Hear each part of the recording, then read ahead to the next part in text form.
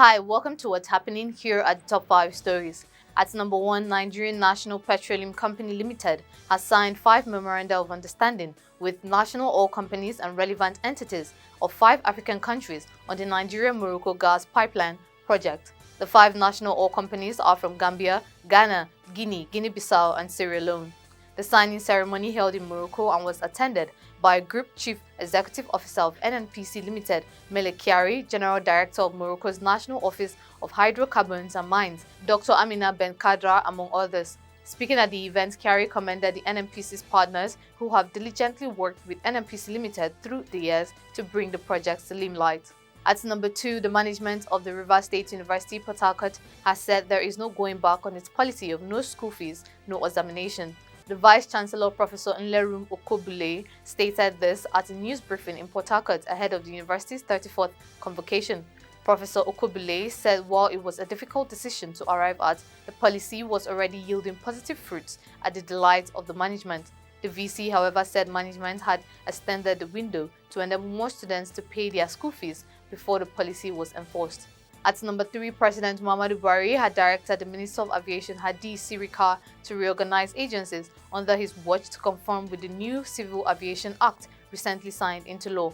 Buhari, in his keynote address at the 14th International Civil Aviation Organization Air Services Negotiation event in Abuja, noted that the government of Nigeria had adopted a civil aviation policy centered on liberalization and public-private partnership initiatives.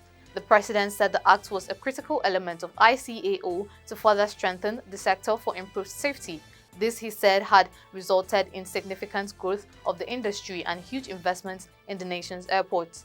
At number 4, the Transmission Company of Nigeria on Monday decried over the decline in payments for its services to the 11 electricity distribution company. It stated that the payment rate had reduced from 55% to 30%.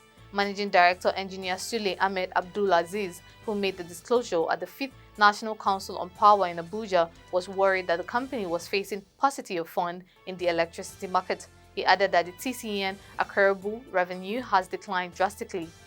At number 5, some widows on Monday lamented the stigmatization against them due to some cultural practices across the country. The protesters, who were carrying placards with different inscriptions, complained that they had been physically and mentally abused, adding that some of them had been stripped of their late spouse's assets. Speaking on behalf of the women, a widow and the president's Widows Support Network, Bibiana Ekarafo, said widows in the country could not continue to bear the abuse against them.